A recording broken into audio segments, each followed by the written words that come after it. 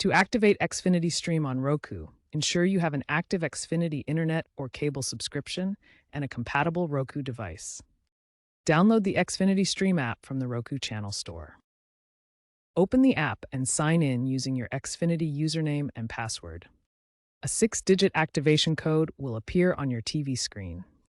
On your phone or computer, go to xfinity.com/authorize and enter the code.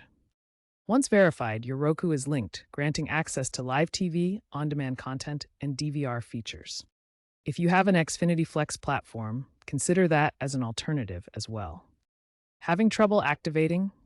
Double-check your Xfinity account details and ensure your Roku device is connected to a stable Wi-Fi network. Common issues include expired activation codes. Simply regenerate a new one. Also be aware of your device limits.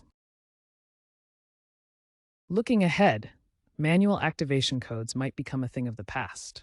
Voice-activated activations and direct app linking are gaining traction. The trend is moving towards simpler, AI-driven experiences and zero-touch activation, leveraging secure tokens for instant verification. Keep an eye out for updates that streamline the process further.